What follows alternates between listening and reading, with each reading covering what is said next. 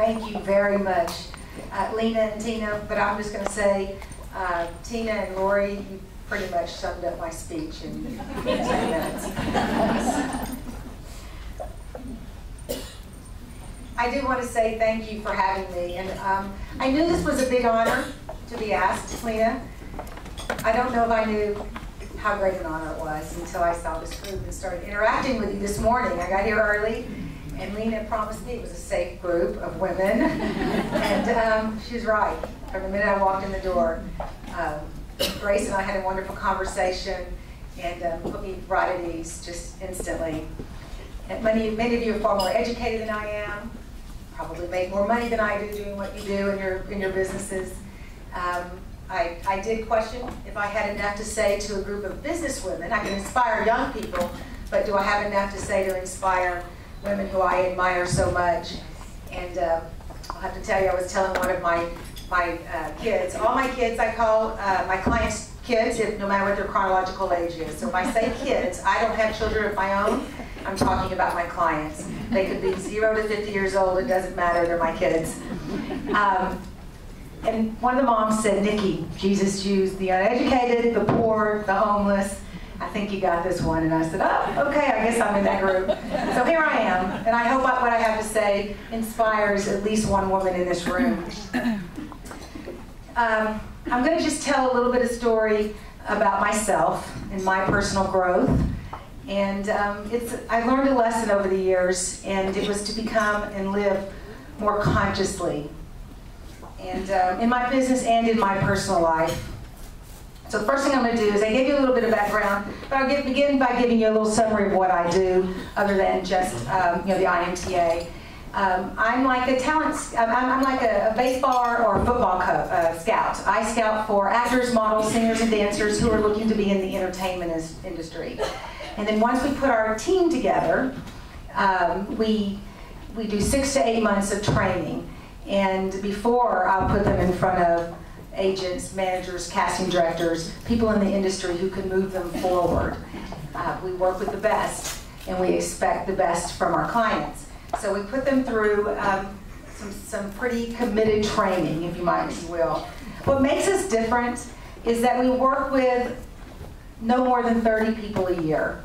Sometimes it's 15, sometimes it's 20, but no more than 30. And we really stressed quality over quantity. And our preparation camp, if you will, is intense. And we expect not only our clients, our kids, but our parents to be committed as well, because this journey is about the entire family. And now that we're in the 14th year of scouting and placing talent, we have created an impressive roster of actors, models, singers, and dancers doing exceptionally well in the New York and LA markets. She's told you a few people.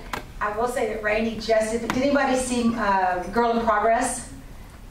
Anybody? It's a coming-of-age movie that just came out, and it also stars another girl from here, from Houston. She's not one of my kids. So we had several Texas kids in this latest movie. We also have The Modern Family, The Client List, NCIS, Law and Order, The Marriage Retreat. We have models in magazines such as Cosmo and Men's Health, and then too many commercials to even name. My talk today is to be about what courage looks like. But before I can give you my perspective on courage, I must first tell you what I believe love looks like. Before I was a talent scout, I was an area director for the Miss Texas USA pageant, as they told you earlier. And when I was 35 years old, which was many years ago, I was challenged by my pageant girls that I was working with to actually compete in a pageant. And so I did. I'll save you all the details, but I will say I made the finals, and then they asked that all-important question, that on-stage question. If you win this crowd, how will you spend your reigning year? What would be your platform? And I said, I want to help women. I want to help women get over hurdles in life, and that I myself had been through some tough hurdles. I didn't win the pageant, but God heard me loud and clear. Nikki, if you want to make a difference, then you need to really know what love looks like. And so my lesson began. About 7 years ago, I went through one of the most challenging times of my life, a divorce. I'm usually pretty private about my personal issues, and I've always been kind of a pick yourself up by the bootstraps and get on with it kind of gal. I was a master at disguising my, my unhappiness, and had grown pretty good at hiding what I call the imperfections of my life. I believe that Lori touched upon that a moment ago. And I once had a friend tell me that her perception of me was that everything I touched turned to gold, because that's the spin that I had put on my image and out to the public. But things were different now. And I was in a place that I had never been before.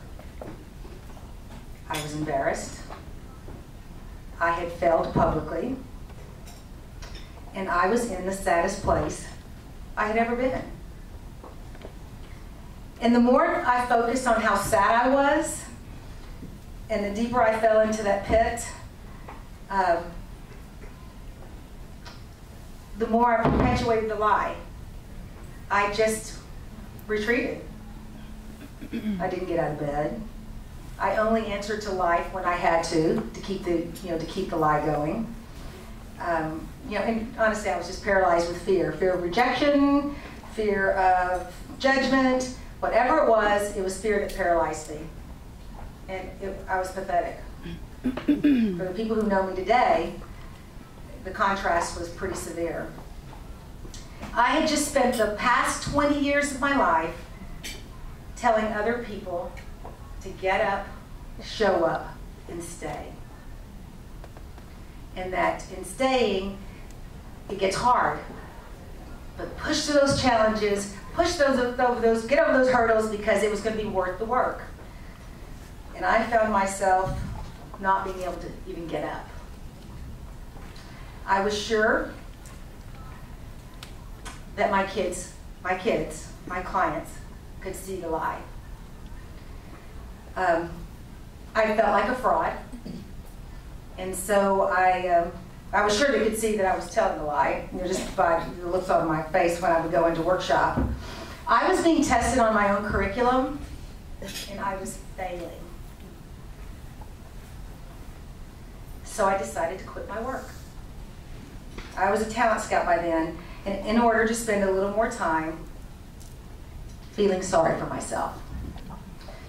I could put a spin on that and say I wanted to spend a little more time healing, but you really have to kind of get up and do something and take a new perception before you could even begin to start healing. So it was really to spend a little more time feeling sorry for myself. So this is where the what love looks like. I'm looking around this room, and I'm looking at table 12 where my girls are, my safe place. And I have never been more conscious of how important women are to other women than I am right now, today. A great friend of mine, before she sold her business, used to have these signs all the way down her driveway, all the way up to her office space that read, "Love saves lives." And it's cliche, but it's the truth. I don't know how I would have gotten myself out of that place. And you know what I mean when I say that place? It could be anything, but it's just a place that you stay immobile for a while, for whatever reason. It was incredible. The sacrifices they made for me. The time, oh my gosh, the time that they spent with me. I don't even know, God just made some more time in the day because it was incredible. The safe place they created for me, and the honesty. Sometimes it was things I didn't want to hear at the time. They shared with me, and the protection, that safe place that they created. These incredible women that God placed in my life to teach me what love looked like, saved my life. They gave me the strength to pull myself up and get on with living. Now, hindsight, I do know that what I learned during that time was necessary, and God knew it. all those years before when I had said I wanted to help other women, I didn't have a clue. I was naive and a little fool of myself. I wanted to be of service to other women, but I didn't really know what that kind of love looked like because of these beautiful women that I adore so much. I do. I'm certain that the women being honored today are very similar to these women that I'm speaking of. Daily, in their lives, they show other women love and may not even know the effect they're having in the lives they've touched, literally and figuratively. One of the most unfortunate choices that I made during that time was to quit my work. What I've come to learn is that you can't really separate who you are personally from who you are professionally, although people try. Because business really isn't about business. It's about the people we serve. And in order to earn anyone's trust, you must be authentic. And you can't be authentic some of the time. You can't be true to one's own personality, spirit, or character part of the day. Authenticity is in every waking moment, at work and at play. I personally find it impossible to separate the two. And when I quit my work, it's like I pulled the plug on my lifeline, my personality, and my purpose. Okay, so this is where the part where courage comes in. When the angels in my life convinced me to get back to work, to get up, and to show up, it was 3 years later. That's how long I wallowed. I had lost a lot of my confidence.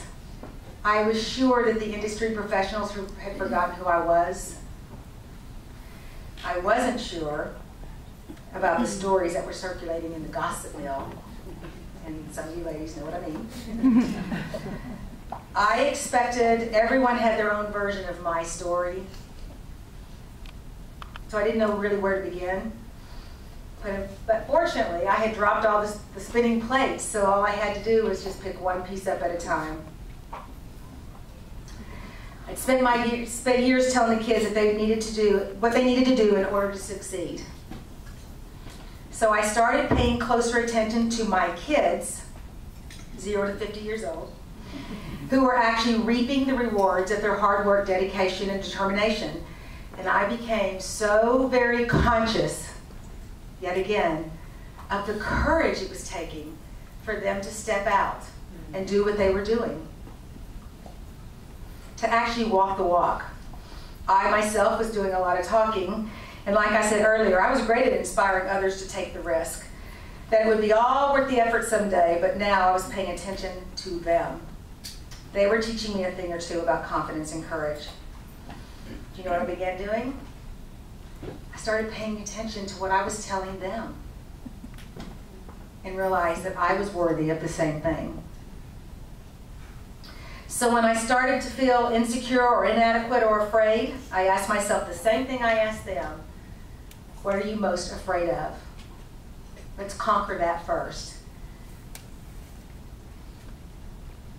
Many of our clients have found success in the film, television, fashion world, but many have discovered that their steps with Nikki Pederson talent have led them to other wonderful avenues. It just takes one courageous step at a time.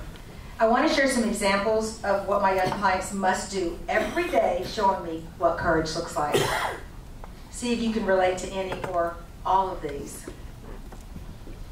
First, my kids are told to dream big and believe that your dreams are attainable.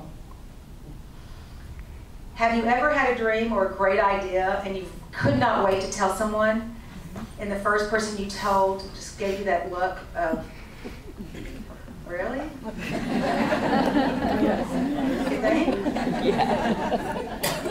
Or better yet, they don't say anything at all, which speaks even bigger volume. You start out so excited about something, and then you just go to sudden doubt.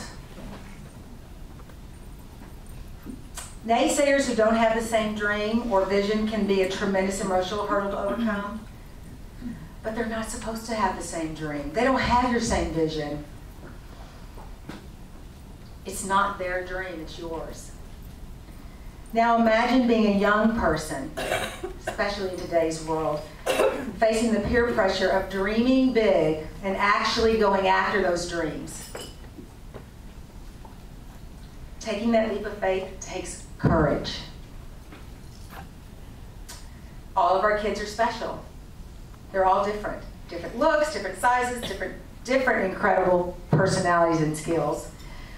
And you see how Rainey and Rico are hugely successful, modern family, and we're so random. And then you've got Tiffany Thornton. And then we've got Matthew Florida, who, pretty darn good looking man, that are doing exceptionally well. They all look different. They have something special about them. And the difficult task they have is believing and accepting the fact that they are enough. They are smart enough, tall enough, cute enough, thin enough, educated enough. They've done the work. They're enough, and enough is perfect. Being unique is a gift, and we need to embrace it. And for young people, it's a chore. The ones who get it, that enough is just perfect, are a true inspiration to me.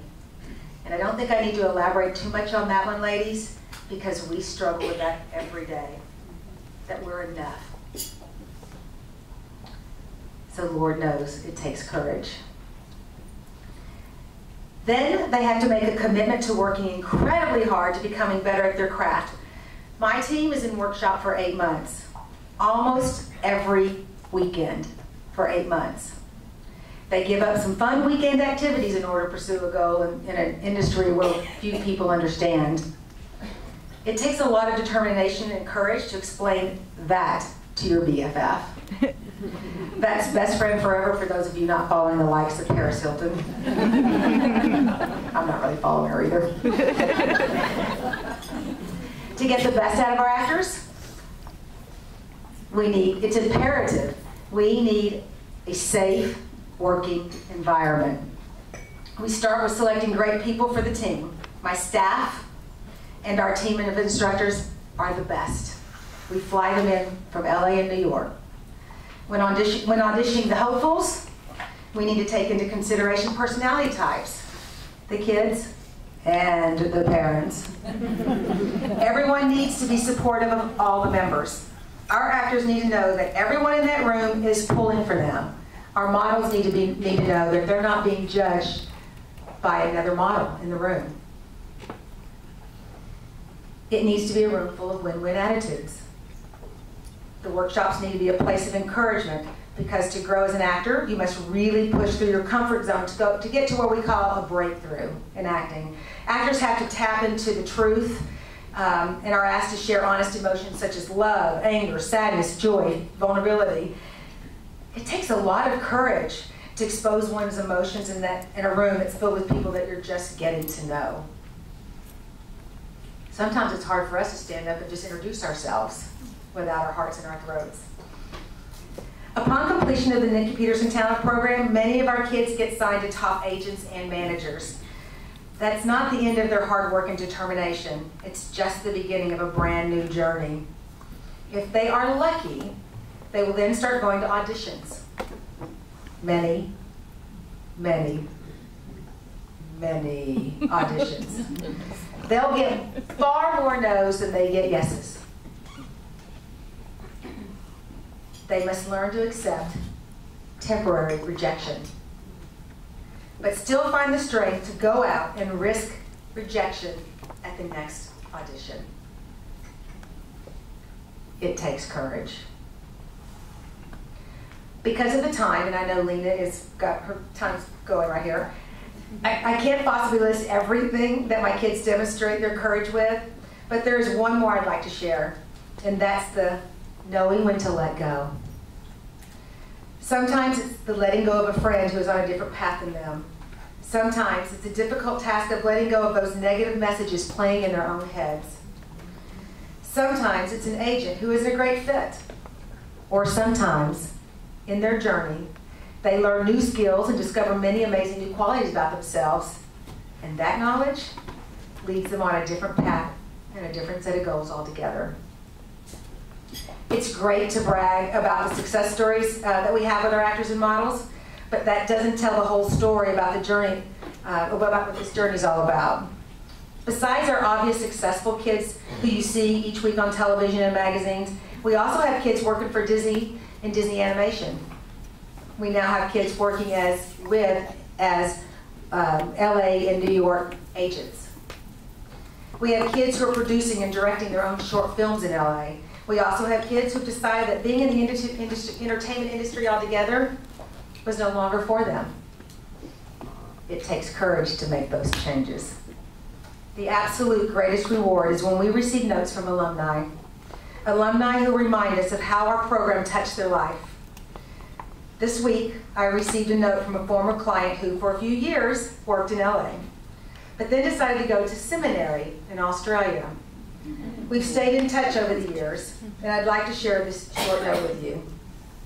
He says, "Nikki, I wanted to take a moment in my rainy Aussie morning to send you a hello and to extend some love from a family member in Oz. Know that I miss you and have such a deep reverence and honor for you.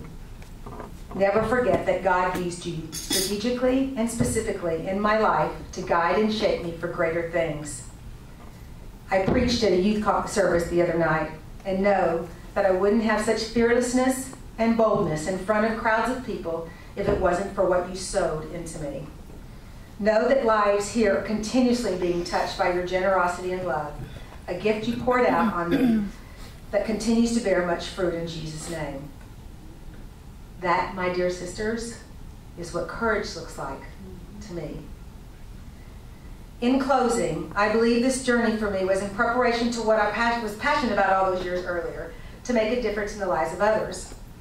I had to learn what that really meant, what that really looked like, and to be responsible for the opportunity that was being presented to me. This room is filled with amazing women who have a dream. Some of you have achieved your greatest goals, and some of you are just getting started. With courage, I like to say, it's not a matter of if it's going to happen, it's only a matter of when. Ladies and gentlemen, I don't stand before you today trying to tell you that what I went through was the worst thing that I'll go through. Millions of people go through things much more difficult than what I did. It's that place of sadness that I lived in that was tragic. I never want to live in that place again.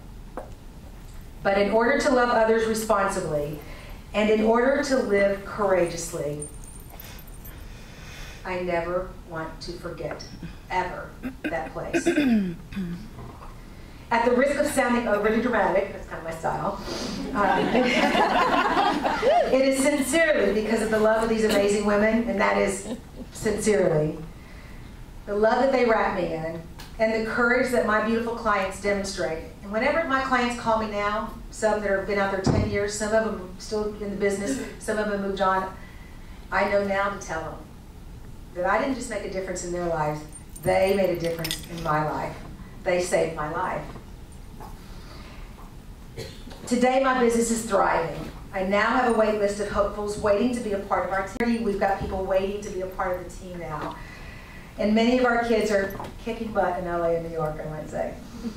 In summary, all the things that my sisters taught me about love: believe in your gifts, practice honesty and integrity, surround yourself with great people, create a safe and protective place, do the work to persevere and to make the changes in the face of fear, is the formula I use in my business today and the formula I use in my life today. Nikki Pederson Talent wants to help young people go out into the world with great courage, and love taught me how it's done. Take a look at your life. Sorry, I'm just going to hold off to do that. Take a look at your life and ask yourself, who has affected your life in such a way that made you feel worthy of love, worthy of great things? Ask yourself, who can I show that kind of love to? We as women need to honor one another. We need to become more conscious of how we affect each other. We need to lift each other up, and we need to recognize the courage it takes to put ourselves out there day after day, just like my beautiful kids, risking judgment, risking rejection, risking failure. It's worth the risk, professionally and personally. Thank you.